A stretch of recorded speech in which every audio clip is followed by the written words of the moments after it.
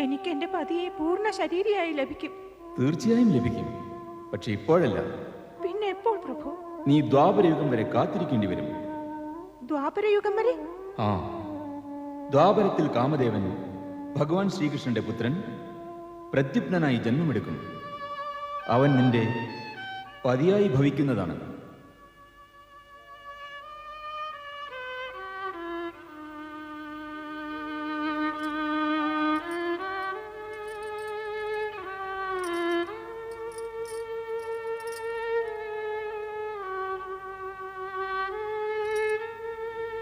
ധൈര്യമായിരിക്കൂ രതി. ഭഗവാൻ ശിവൻ നിന്നോട് പറഞ്ഞതെല്ലാം സത്യമായി ഭവിക്കും. ദ്വാപരത്തിൽ നീ കാമദേവന് പുനഃപ്രാപിക്കും. നാരായണ നാരായണ. രതി,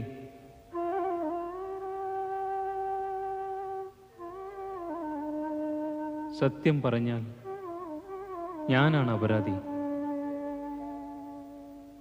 കാമദേവൻ എന്നെ സഹായിക്കുവാനാണ് ശ്രമിച്ചത്. അതിനാലാണ് ഈ ഗതി ഉണ്ടായത്. ദേവരാജ, അങ്ങയുടെ ദുർദശ കണ്ട് എന്റെ സ്വാമി സ്വയം അങ്ങയുടെ സഹായത്തിനെത്തിയതാണ്. ഇതിൽ അങ്ങ് തെറ്റുകാരനല്ല. ആരറിഞ്ഞു പരിണാമം ഇതായിരിക്കുമെന്ന്? വിധിയുടെ ലിഖിതം ആർക്ക് മനസ്സിലാക്കാനാകും?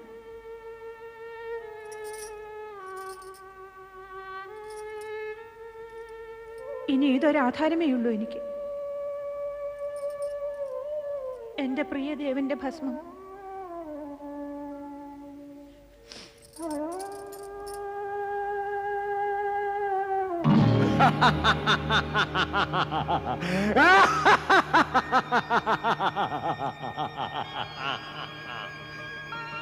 ഭസ്മമായി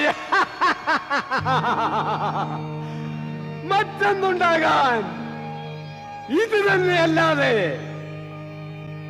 താരകാസുരനോട് എതിർക്കാൻ വന്നു കാമദേവൻ. അപ്പോൾ ഇത് തന്നെ സംഭവിക്കും. ഇത് തന്നെ. നീ വിശ്വസിച്ചിരുന്നു.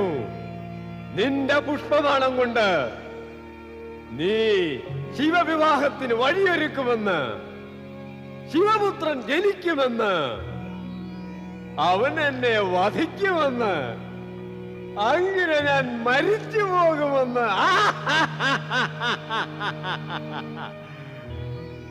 ജഗത്തിന് മുഴുവനും അറിയാം ആരാണ് മരിച്ചുപോയതെന്ന്. അപ്പോഴിനി ശിവപുത്രൻ ജനിക്കുന്ന പ്രശ്നമേ ഉദിക്കുന്നില്ല. ബ്രഹ്മാവിന്റെ വരദാനം അനുസരിച്ച് ഞാൻ അമരനാണ്. എന്നെ ആർക്കും വധിക്കാനാകില്ല, ആർക്കുമാവില്ല.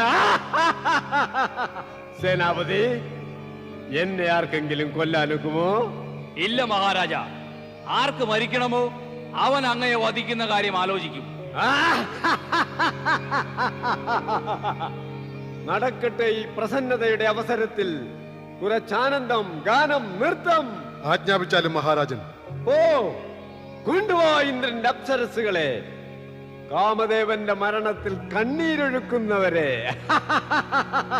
പറ അവരോട് എന്റെ മുന്നിൽ നൃത്തം ചെയ്യാൻ. കൊണ്ടുപോ. മധുര.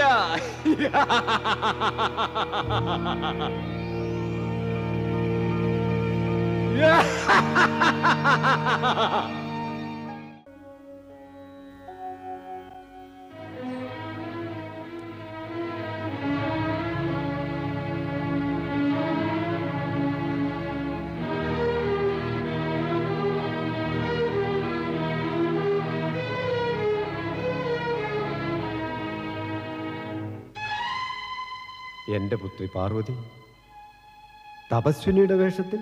ഹാ പിതാവേ, അങ്ങയുടെ പുത്രി തപസ് ചെയ്യുവാൻ ആഗ്രഹിക്കുന്നു. പാർവതി, എനിക്ക് നിന്റെ ഈ രൂപം കാണാൻ കഴിയില്ല. നിന്റെ ഇച്ഛയും മനസ്സിലാകുന്നില്ല. എന്റെ പിതാവായിട്ടും അങ്ങ് എന്റെ ആഗ്രഹം അറിയുന്നില്ലെങ്കിൽ മറ്റാർക്കറിയാനാകും? എന്നെ തപസ് ചെയ്യുവാൻ അനുവദിച്ചാലും പിതാവേ.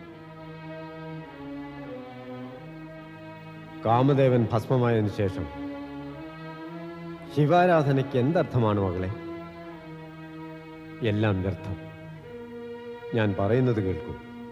ഞാൻ നിനക്കൊരു യോഗ്യനായ വരനെ തേടി നിന്റെ വിവാഹം നടത്താം. ഇല്ല പിതാവേ, ഇല്ല. ഇത്തരം കഠോരമായ വാക്കുകൾ കേൾക്കുന്നത് തന്നെ എനിക്ക് സഹിക്കാനാകില്ല. ഞാൻ ജന്മജന്മാന്തരങ്ങളിലേക്കായി സദാശിവനെ എൻ്റെ പതിയായി സ്വീകരിച്ചു കഴിഞ്ഞതാണ്. ഒരന്യ വ്യക്തിയെക്കുറിച്ച് ആലോചിക്കുക, നാമം ശ്രവിക്കുക കൂടി എൻ്റെ ധർമ്മത്തിനും ചാരിത്രത്തിനും വിരുദ്ധമാണ്. പാർവതി, നീ നിന്റെ വാക്കുകളെ അടക്കണം. ഒപ്പം നിന്റെ മാതാപിതാക്കളുടെ മാന്യതയെ കൂടി ഓർക്കണം. നിന്റെ നാക്കും നിന്റെ വാക്കും എല്ലാം നിന്റെ പ്രായത്തിനേക്കാൾ മുന്നോട്ട് പോയിക്കൊണ്ടിരിക്കുന്നു. ഞാൻ എന്താണ് ചെയ്തതമ്മേ? ഇതുവരെ വിശേഷിച്ചൊന്നും ചെയ്തില്ല. പക്ഷേ ഇപ്പോൾ നീ എന്തു ചെയ്യാൻ ഉദ്ദേശിക്കുന്നുവോ അത് ഉചിതമാണോ? നീ രാജകുമാരിയാണ്. രാജഗൃഹത്തിൽ രാജകീയ സമൃദ്ധിയിലാണ് നീ വളർന്നു വന്നത്. ശിവൻ നിമിത്തം ശിവ ആരാധന, പിന്നെ തപസ്സും ചെയ്യുവാനുള്ള അനുമതി ഞാൻ ഒരിക്കലും നൽകുകയില്ല. നിന്റെ കോമള ശരീരം തപസ്സിന്റെ അഗ്നിയിൽ ഹോമിക്കാൻ ഞാൻ ഒരിക്കലും സമ്മതിക്കില്ല.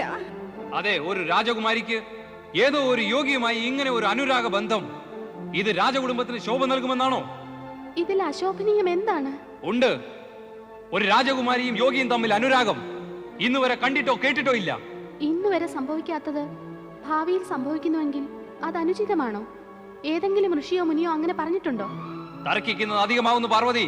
തനിക്ക് ഉചിതമെന്ന് തോന്നുന്നത് സമർത്ഥിക്കാൻ ശ്രമിക്കുന്നത് തർക്കിക്കലല്ല. മൈനാക, നീയും നിന്റെ മാതാവും അല്പം ശാന്തരാകൂ. ശാഠ്യവും ക്രോധവും ഉത്തേജനവും വഴി നാം എവിടെയും ചെന്നെത്താൻ പോകുന്നില്ല. ഞാൻ തീരുമാനിച്ചു കഴിഞ്ഞു. പാർവതിക്ക് തപസ് ചെയ്യുവാൻ അനുമതി നൽകണമെന്ന്. പിതാവേ, അങ്ങ് ഈ തീരുമാനം ആലോചിച്ചെടുത്തതാണോ? നീ എന്നോട് ഈ ചോദ്യം ചോദിച്ചത് ആലോചിച്ചിട്ട് തന്നെയാണോ? അങ്ങ് എന്റെ ഒരു വിചാരത്തെയും അനുകൂലിക്കുന്നില്ല.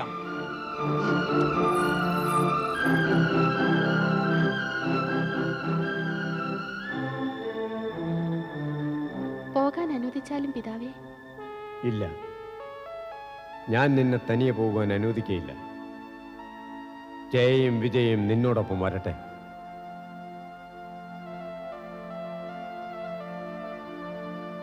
അനുമതി തരുമേ?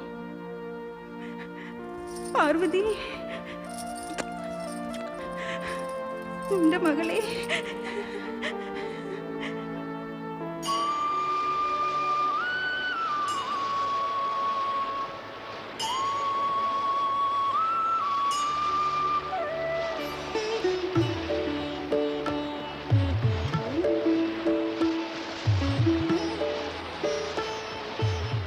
ഈ സ്ഥലം ഉത്തമമാണ്, ശാന്തമാണ്, പിന്നെ ഏകാന്തവും. ഇവിടം രമണീയമായിരിക്കുന്നു. ഈ സ്ഥലത്ത് ഏകാഗ്രതയോടെ തപസ് അനുഷ്ഠിക്കാനാകും. ഞാൻ ഇവിടെ ഇരുന്ന് തപസ് ചെയ്യും. ഇവിടെ തപസ് ചെയ്യാനോ? തനിയെ ഈ വിജനമായ പ്രദേശത്ത്? ഇത്ര വിജനമായ സ്ഥലത്ത് നിനക്ക് ഭയമാവില്ലേ? എന്തു ഭയം? ആരെ ഭയം? വിധാത രക്ഷയ്ക്കില്ലേ?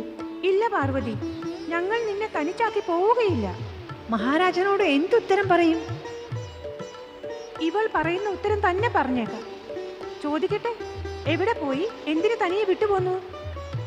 നോക്കൂ, നിങ്ങളുടെ ഈ ശാഠ്യം ഉചിതമല്ല. നിന്റെ എല്ലാ ശാഠ്യവും ഉചിതമോ? നിങ്ങൾ രണ്ടും വികാരവതികളാകരുത്. എന്നെ എൻ്റെ കർത്തവ്യം ചെയ്യാൻ അനുവദിക്കൂ. വികാരം കൊണ്ട് കർത്തവ്യം പൂർത്തിയാക്കാനാവുകയില്ല. രണ്ടുപേരും പൊയ്ക്കൊള്ളൂ. ഒന്ന് ആലോചിക്കൂ പാർവതി, ഈ ഏകാന്തതയിൽ നിന്നെ തനിച്ചാക്കി ഞങ്ങൾക്ക് എങ്ങനെ പോകാനാകും? മനസ്സിൽ ആശങ്ക നിറയുന്നു. നിങ്ങൾ രണ്ടും ദുർബലർ തന്നെ. ഇപ്പോൾ എന്നെയും ദുർബലയാക്കുന്നു. ഞാൻ പറഞ്ഞില്ലേ ഞാൻ ഇവിടെ തപസ് ചെയ്യാൻ വന്നതാണെന്ന്. അതിന് നിർഭയത, ദൃഢത കൂടാതെ ശ്രദ്ധയും ആവശ്യമാണ്. നിങ്ങൾ പൊയ്ക്കൊള്ളൂ. ഞങ്ങളുടെ മനസ്സ് അനുവദിക്കുന്നില്ല പാർവതി. അത് കണക്കിലെടുക്കേണ്ട. ബുദ്ധിപൂർവം പ്രവർത്തിക്കൂ. സദാശിവനെ ആരാധന ചെയ്യുന്നവർക്ക് ഭയമുണ്ടാകുമോ? ശിവൻ എന്നോടൊപ്പമുണ്ട്. നിങ്ങൾ വിഷമിക്കാതെ പൊയ്ക്കൊള്ളൂ. നിന്റെ ഇഷ്ടം പോലെ. പക്ഷേ സമയാസമയങ്ങളിൽ ഞങ്ങൾ അന്വേഷിച്ചു കൊണ്ടിരിക്കും.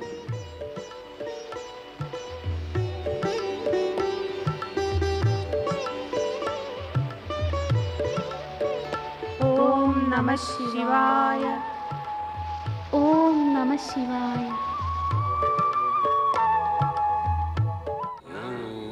Namah Shivaya.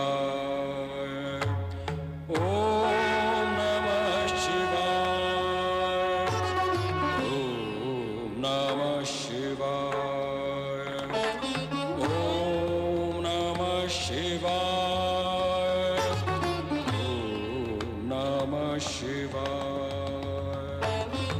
Om Namah Shivaya.